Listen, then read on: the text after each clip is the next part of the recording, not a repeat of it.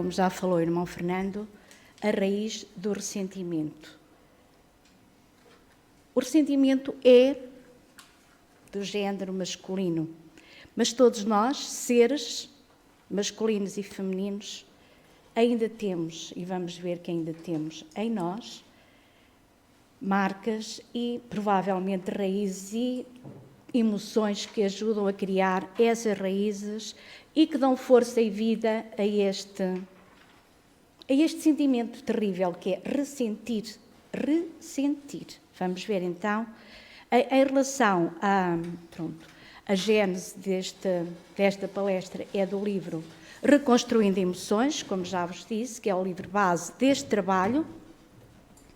Nesse livro, que a maior parte de vocês conhece, e como tal, eu não vou ler o capítulo todo, porque acredito que já quem o comprou tenha lido todos os capítulos, os tenha estudado e saiba até muito melhor do que eu o que é o ressentimento, as raízes e o que origina este mal-estar, esta indisposição na nossa vida.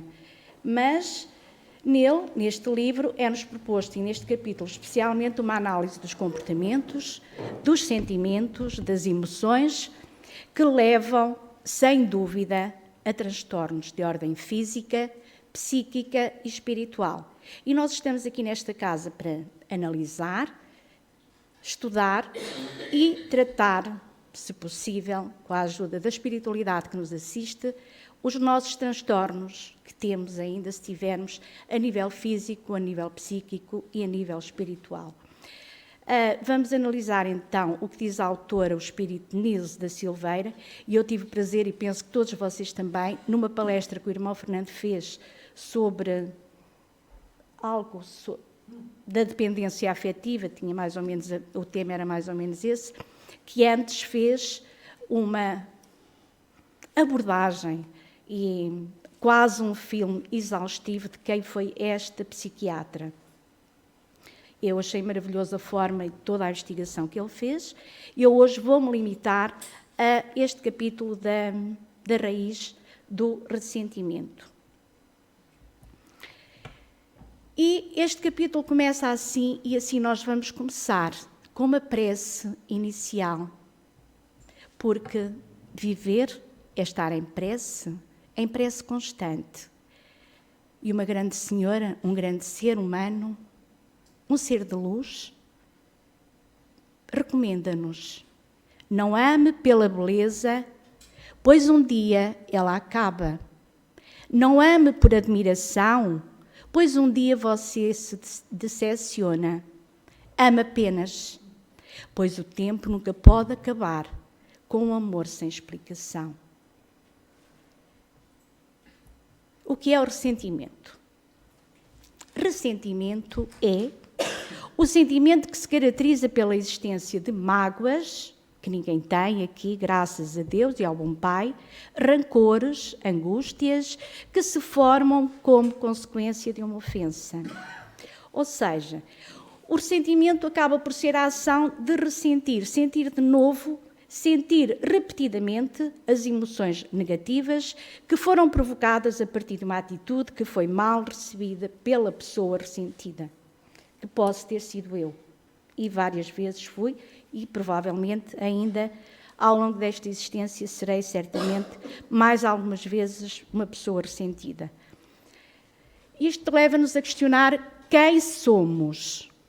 Nós somos seres lindos, maravilhosos, seres estelares, compostos da mesma matéria que as estrelas, milenares, trazemos sentimentos negativos marcados por mágoas, raiva e até mesmo ódio, que desenvolvem raízes. E quando esses sentimentos, essas mágoas, esses sentimentos negativos não são resolvidos, vão transformar-se em ressentimentos, causando dolorosas consequências nas nossas vidas. A mágoa, magoar-se, é quase banal. Acontece no cotidiano entre as pessoas uma palavra mal dirigida, algo que não foi bem interpretado, e há uma mágoa que fica. Como indivíduos que somos, estamos em processo de desenvolvimento, é normal ficarmos magoados quando alguém nos causa um sofrimento. Ainda é normal, não queiramos ser já anjos perfeitos que nada nos magoa. Também é normal sentirmos culpa quando causamos aborrecimento a outrem. E isto tem que ser mesmo normal, sentirmos culpa quando causamos dor ou dano a outrem, porque se não sentimos, algo está mal connosco, não é? Não sabemos aferir nem analisar aquilo que estamos a fazer e o mal que podemos estar a fazer aos outros. Esta normalidade é aceitável, sem dúvida, desde que a mágoa, que é aquilo que sentimos quando alguém nos faz mal, ou a culpa, que é o que sentimos quando fazemos mal a outrem, sejam passageiras e não deixem marcas.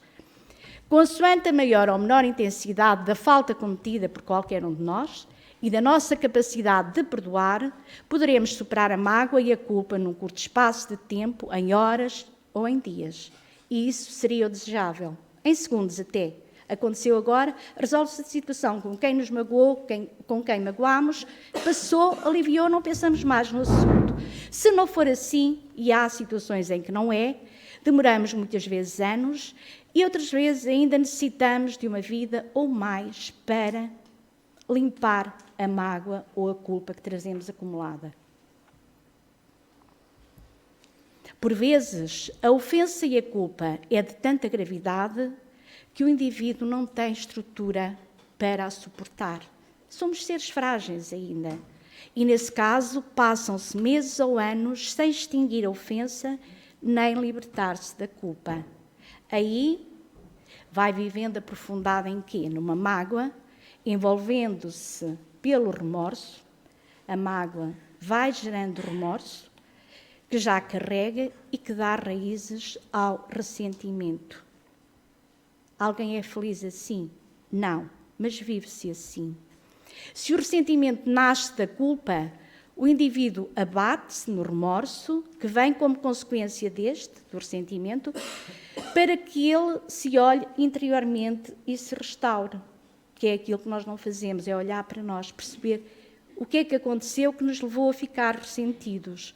Tendo dificuldade em perdoar e trabalhar o remorso, nós, seres, passamos a peregrinar por onde? Pela autopunição, autocastigando-nos, suscitando um castigo como forma de desvalorizar ou de nos desvalorizarmos, não nos sentindo merecedores de utilizar sequer o nosso livre-arbítrio. Isto um pouco sempre às escondidas dos outros, dando a ideia de que está tudo bem, mas cá dentro, no nosso íntimo, algo corre muito mal. Nestes casos, em que o ser humano carrega a culpa, o remorso, a autopunição, o ser em sofrimento procura desesperadamente fugas psicológicas. E quando assim acontece, faz escolhas muito negativas nos vários campos da sua vida. Analisando as escolhas que fazemos, conseguimos perceber em que fase é que estamos da libertação da culpa ou da mágoa e se estamos ou não estamos a atravessar uma fase de ressentimento. Por exemplo, na vida profissional, o que leva a que se traga muitos prejuízos e que haja falta de estímulo, pouca vontade e interesse em trabalhar. Nas relações de amizade, melindramo-nos, traímos, calhandrices, fofocas, provocações de uns para os outros. Nos relacionamentos amorosos, unindo-nos sempre às piores pessoas, trazendo infortúnios e grandes atritos entre ambos, muitas vezes sem motivos. Também, todas estas emoções podem desenvolver e desenvolvem inúmeras doenças, tais como as autoimunes. Hoje em dia, as autoimunes estão na moda, foram descobertas e andam a deflagrar com muita intensidade. E a maior parte delas têm origem exatamente naquilo que sentimos, naquilo que somos, naquilo que pensamos, no que emanamos, na nossa casa mental, naquilo que ao longo do dia, ao longo da vida, vamos construindo cá dentro.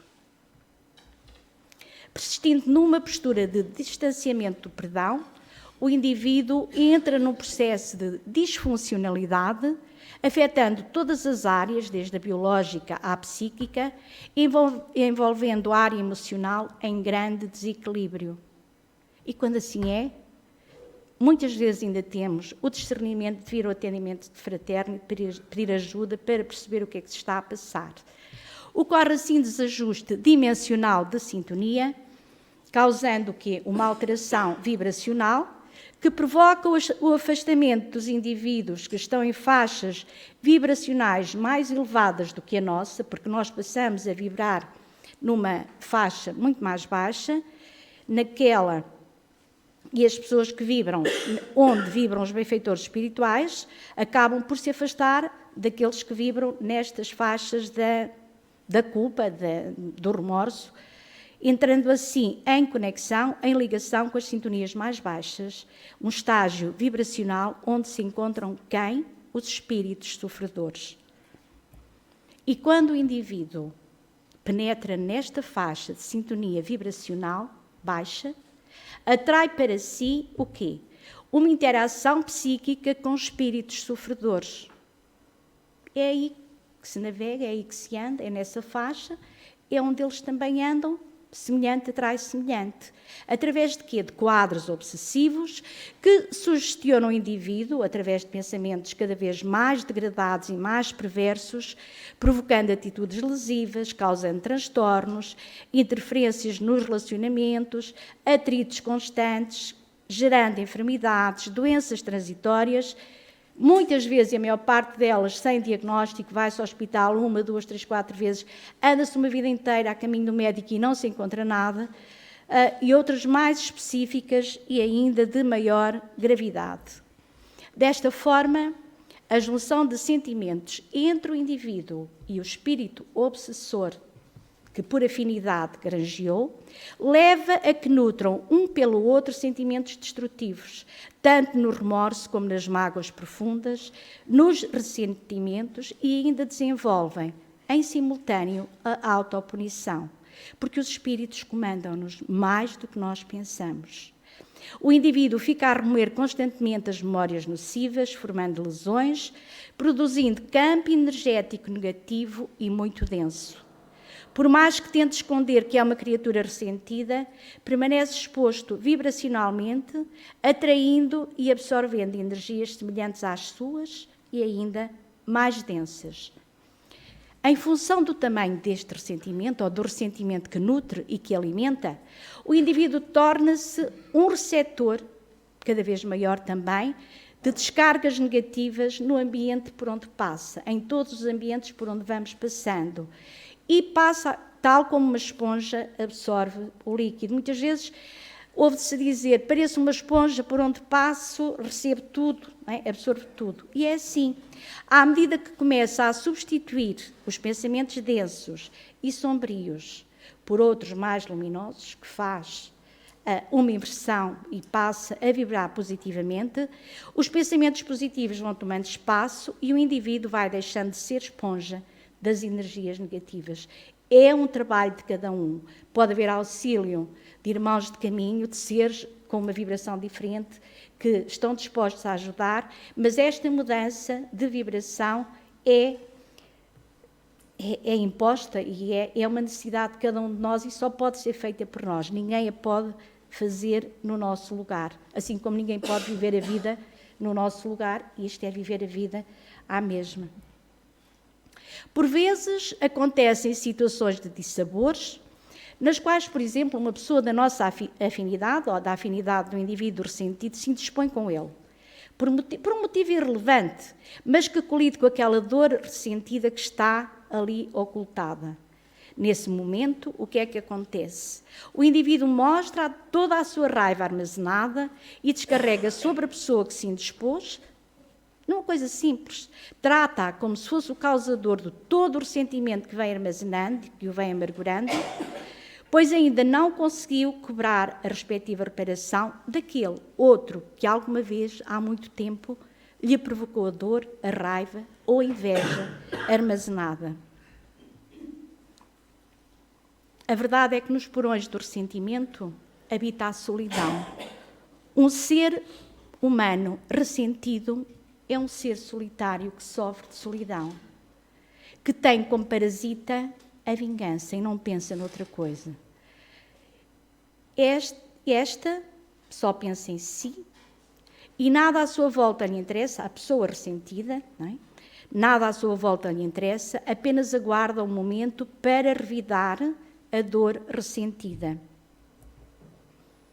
O indivíduo ressentido acredita que o outro é o causador da sua dor e responsabiliza-o pelo seu sofrimento. Será que é?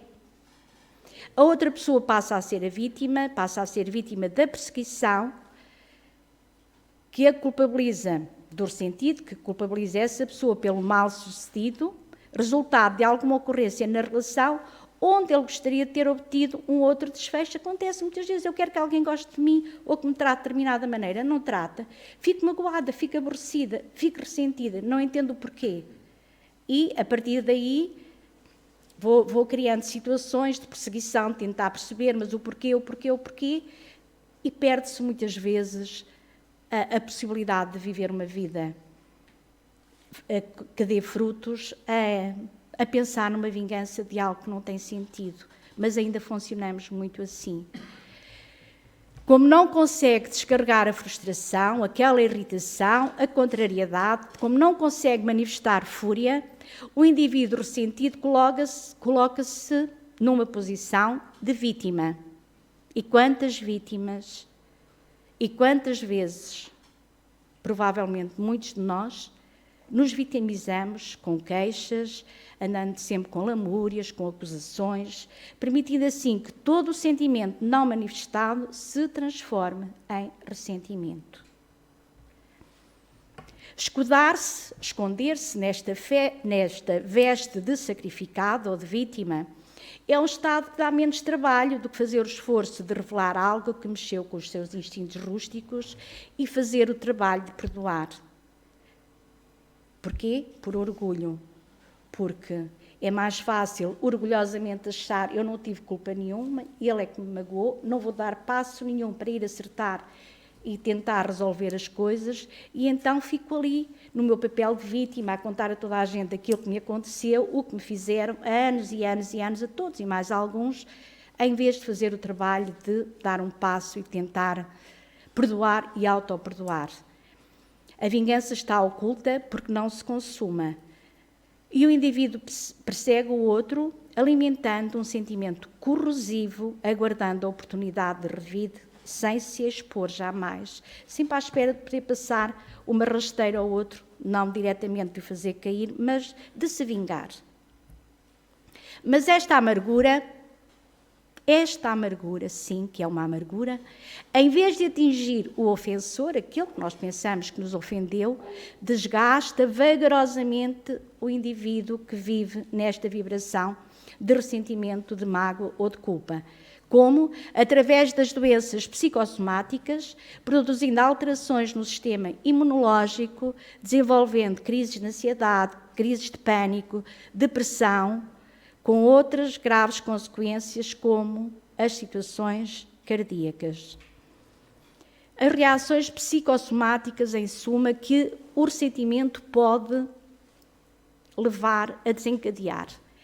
Os cientistas, e diz-nos a nossa irmã, esta psiquiatra, que os cientistas afirmam que, mesmo identificando em certos genes características que tenhamos, de que somos portadores, características de determinadas doenças, não é factível, não é fatal como o destino, afirmar que o indivíduo sofrerá daquela determinada enfermidade. Pode estar lá em estado latente, mas nunca se vir a desenvolver, porque há muitos fatores que influenciam a ativação da doença ou não. Nós já sabemos que as células sentem, as células captam, as células são receptoras das vontades, são receptoras das emoções e obedecem às mensagens de comando do indivíduo. Se eu começo a emanar para as minhas células mensagem adoece, fica doente, eu vou acabar por ficar. O que o indivíduo pensa nas 24 horas do dia é um fator determinante de grande influência e comando das células que serão ativadas ou não, acionando as doenças ou inativando os genes. Os sentimentos, as atitudes, as emoções têm, assim, uma influência determinante no comportamento celular no comportamento de cada um de nós, que começámos por ser uma célula e somos bilhões, não sei quantos, o doutor David saberá quantas somos. Doutor David, quantas somos, ou quantas temos compactadas, empactadas, não é? Também as bebidas e os alimentos têm interferência na saúde psicoemocional e todos nós temos algum cuidado já com a alimentação e com aquilo que bebemos, mas falta-nos ainda o cuidado com aquilo que pensamos, com aquilo que criamos, mesmo nos pensamentos mais ocultos que não exteriorizamos. O ser humano não para se observar e vive constantemente no automático. Só depois de ter cometido o erro, ter avançado é que percebe. Devia ter pensado e depois agido. Não, agimos e depois muitas vezes nem pensamos porque é que agimos. Não toma cuidado com o pensamento, não reflete antes de agir, não assume a responsabilidade que tem no fazer, no produzir da doença. Prefere acreditar que adoeceu porque tinha que adoecer, porque era assim, porque era kármico. E o karma tapa, há situações kármicas, sem dúvida, mas nem todas as doenças, e a maioria delas, não são kármicas. Para que se imunizem as doenças, então, é fundamental que o indivíduo tome consciência de que ele é o gerador da sua própria doença e o trabalhador e o produtor, o engenheiro da sua própria saúde. Nas situações de turbulência, o indivíduo inquieta-se e incorpora na sua rotina reclamações e negativismo sem perceber.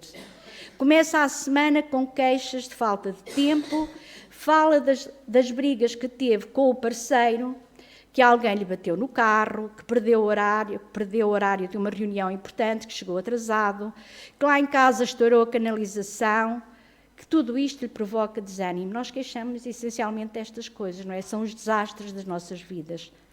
Percebe que está a perder boas oportunidades. Já não sente a alegria de antes.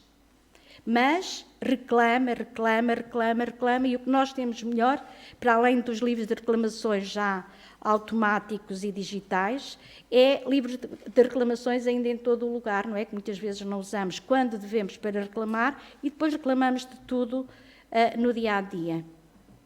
A verdade é que o indivíduo que vive a reclamar não assume a sua responsabilidade e esconde-se em desculpas. E nós temos aqui, eu não consigo identificar muito bem, acho que é um padre ou um bispo ali naquele lado, que diz: eu não permito o controle da natalidade. A seguir vem um pai com um cinto e diz: eu não dou amor e carinho. Depois vem o Estado, não é? O Estado Previdente: eu não dou educação. Vem os pais, ou é o país? É o país que diz: e eu não dou emprego. E por fim temos o polícia, a autoridade, que diz: e vocês querem que eu resolva tudo sozinho. Na vida, nós vivemos em grupo, vivemos em sociedade, e tudo tem que ser obra de uma interação de todos nós, uns com os outros. Somos todos importantes e todos temos um papel importante no desenvolvimento, na educação e na evolução de cada um de nós. Com esta conduta de reclamar de tudo e de não assumir as responsabilidades por aquilo que faz e por o que não faz, o ser humano deprime a sua imunidade em consonância com os pensamentos negativos, as emoções desequilibradas e os sentimentos de culpa. Envia a mensagem de comando às células, ativando doenças. E aí, a reprogramação dos genes para ativar as melhorias só é possível através de pensamentos otimistas, de escolhas edificantes e de um agir positivo e correto. A lei de causa e efeito que já estudamos aqui há milhares de anos, alguns de nós só há 5, 6, outros 6, 7 dias, não importa, mas é uma lei implacável, que não falha e que nos diz: se tiver ou semear pensamentos negativos, sempre colherá resultados negativos. Por outro lado, se tiver ou semear pensamentos positivos, sempre colherá resultados positivos. Não há exceções. A escolha continua a ser nossa. Ninguém pode pensar positivo por nós E ninguém nos pode, por mais que nos ajude e tente ajudar, a pensar positivo se nós não tivermos a força de vontade, não a ativarmos. Insistindo assim em reviver a experiência negativa da mágoa repetidamente, o ressentimento instala-se numa morada acolhedora, porque o indivíduo sente e ressente-se, contaminando e recontaminando, amargando as células, impactando-as com um novo cálice de veneno. O ressentimento é sempre um veneno subtil, gerando desequilíbrio e enfermidade. E quando comenta sobre a mágoa com alguém, ao relatar a dor de vítima desditosa que carrega, ou ao ouvir palavras de uma outra pessoa que o remetem à lembrança de uma situação que lhe causou uma dor ou uma mágoa em determinada ocasião, está a ingerir uma nova dose de veneno que leva novamente e cada vez mais à contaminação celular. Então, o ser humano faz doenças? Faz sim. Havendo uma doença, não tenhamos dúvidas que há uma tristeza incutida. Há um desgosto, uma raiva não compreendida e não superada, um sentimento de vingança inconsciente e uma situação de perdão que ainda não aconteceu. A gênese das doenças é basicamente a falta de perdão. Perdoar e perdoar-se, auto-perdão. Portanto, sempre que cada um de nós adoecer, dos que aqui estamos, impõe-se que se pergunte: por que adoeci? Qual a situação que gerou o bloqueio no sentimento, impedindo-me de movimentar no sentido do perdão? É necessário observar as doenças para refletir em relação às dificuldades íntimas e identificá-las, diluindo-as. O perdão evita, sem dúvida, um peso desnecessário, porque a culpa não é linguagem cristã. Jesus nunca falou de culpa. Jesus sempre falou de responsabilidade. A nossa visão de certo e errado faz que, quando nós erramos, não consigamos ver o erro como uma experiência ensinando-nos a como fazer diferente. Erro maravilhoso. É um mestre, o erro é um mestre maravilhoso, porque quando erramos, sentimos a dor do erro e aprendemos a não repetir, a avançar, desde que se consiga aprender. O perdão concede-nos a oportunidade de nos autoacolhermos, abrindo espaço interior, no nosso íntimo, no nosso coração, no nosso encontro na casa do Pai, para nos recebermos. O perdão não anula a falta, porque a falta é uma experiência e já se fez, já aconteceu. Mas está-nos a ensinar como fazer de novo de uma forma diferente. Na etiologia, na origem da doença, geralmente faz-se uma convergência de cada órgão na identificação e no reconhecimento da emoção geradora de problemas. E eu só trouxe aqui esta pequena imagem para que cada um de nós perceba. Por exemplo, quando temos um problema de fígado, ali diz que é a raiva que geralmente faz adoecer o fígado. E quem tem problema de fígado deve ficar muito triste de pensar, mas eu não tenho raiva de ninguém, porque ele não está certo. Como é que a tristeza faz adoecer os pulmões? Como é que a angústia faz ou gera problemas no estômago? E o stress? Aí o stress nós já aceitamos. Temos problemas cardíacos, andamos todos a correr, é do stress. O stress faz mal ao coração, sobe a tensão. Esse já aceitamos porque até nos convém reconhecer que somos pessoas estressadas. E o medo? Os problemas dos rins. É? Será que sofremos e temos medos? Que é um instinto tão básico ainda, primitivo, mas que nos impede de andar. E é o medo que nos leva, muitas vezes, a avançar em outras direções. Assim, quando o indivíduo ou qualquer um de nós adoece, algo não foi digerido, algum sentimento, algo não foi bem tratado. E sempre está ali um rancor disfarçado ou uma culpa entremeada. Seja qual for a etiologia, a origem da doença, há que procurar a emoção bloqueada, perdoar ou perdoar-se, pois culpa e mágoa podem manifestar-se sintomaticamente nas várias áreas cardiovasculares, respiratórias, gastrointestinais, no sistema nervoso, endócrinas, dermatológicas, na pele, doença das articulações, autoimunes, infecciosas, nas oncológicas e mesmo nos transtornos mentais, está ao contrário, e comportamentais.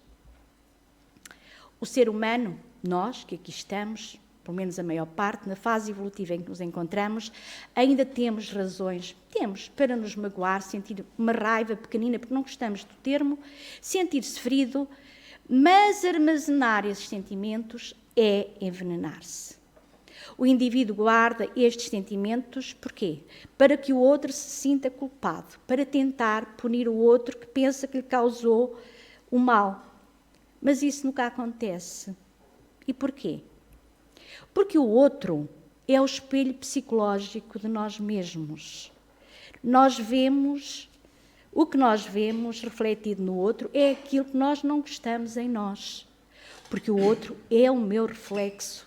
Na realidade, qualquer indivíduo, o indivíduo em si, não vê as coisas exatamente como elas são, mas sim como ele é. Há aqui uma frase de Buda que nos diz: aquilo que não gosto em ti, eu corrijo em mim. É muito importante. Demonstra que realmente, se eu não gosto de algo, é porque eu estou a ver que esse sentimento, aquilo que eu não gosto no outro, eu tenho ainda em mim para corrigir. Então, antes de chamar a atenção do outro, vou trabalhar dentro de mim, porque graças a Deus que o outro, como espelho que é, me permite visualizar e entender aquilo que eu ainda tenho de menos saudável. Na origem dos nossos males, por mais que insistamos em culpar os outros, sempre está a própria criatura, herdeira de si mesma. Somos herdeiros apenas e tão só de nós mesmos. Porque ninguém está órfão no mundo.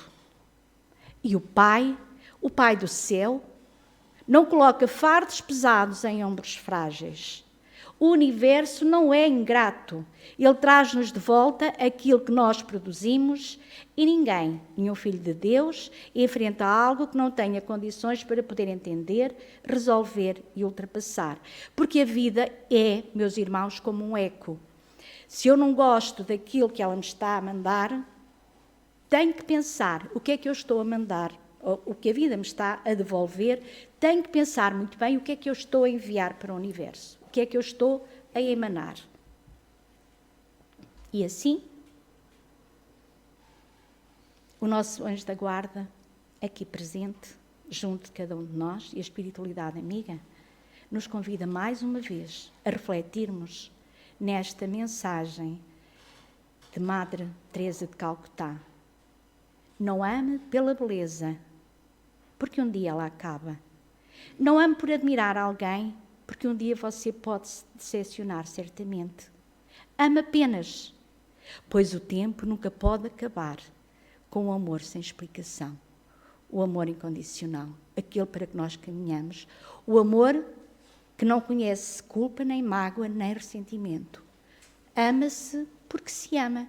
Porque entendemos que somos todos e percebemos todos filhos do mesmo Pai, todos irmãos, todos os seres sencientes, viventes. Tudo o que existe no universo é tudo obra do mesmo Criador, do nosso Pai do céu. Assim, o tempo jamais acaba com o amor sem explicação. Vamos tentar amar-nos para depois podermos amar o próximo e para então, daí, amar a Deus um dia em plenitude. Obrigada por terem ouvido, terem estado e que Jesus nos envolva e abençoe nesta hora maravilhosa. Obrigada.